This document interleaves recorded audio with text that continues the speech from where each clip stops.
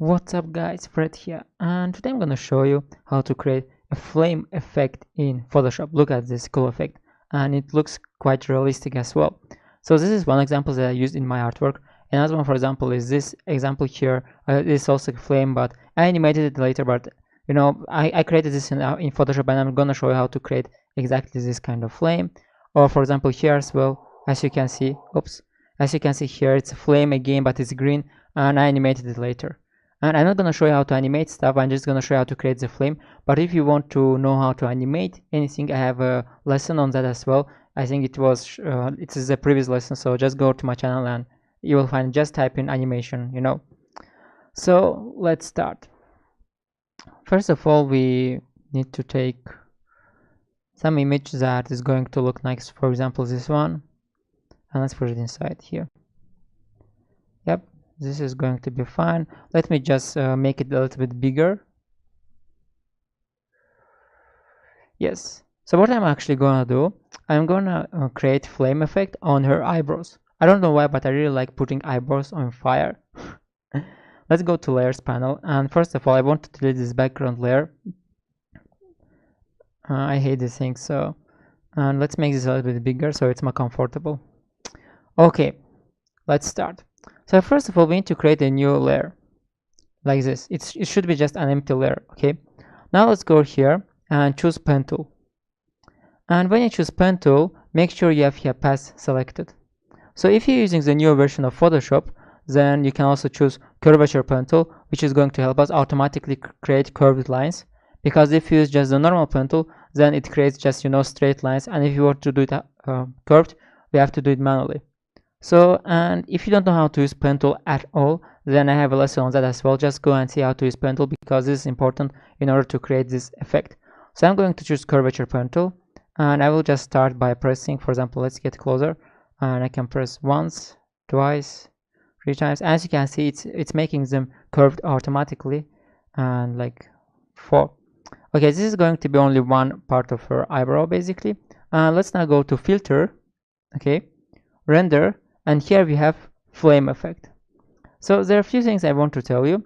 Maybe some of you are going to have this flame effect grayed out, disabled.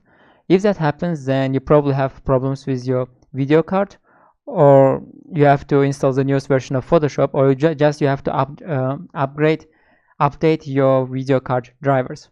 Okay, so but most of you won't have it, but just in case you have it, just try to do one of the 3 things that I just told you, or just Google flame effect disabled, what to do.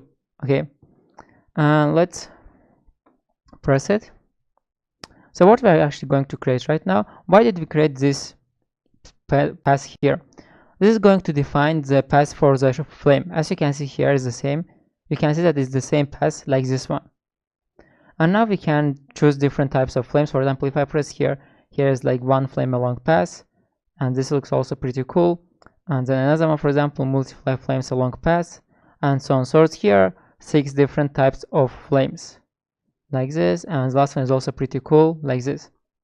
And let us just choose for example number 5, and then here we have some different variables that we can change. For example, the length, you can make it bigger, see what happens, the flame is going higher. Okay, if I make the width more, see what happens, the flame is going to have more width basically. Let's make this smaller now. Okay, then we have angle. Angle is basically going to show where the flame is moving. For example, it can move like this, up, left, and so on. If I make it even more, you can see it's getting down a little bit. Let's make it back. Perfect. And then interval. Interval is the distance between each and every flame. If I make the interval bigger, see what happens.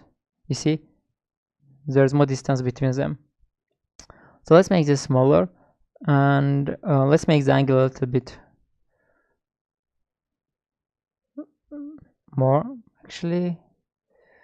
No, that's not what I want. Okay, let's just make it normal. If you don't like it, you can just choose some different type of flame here and work with it.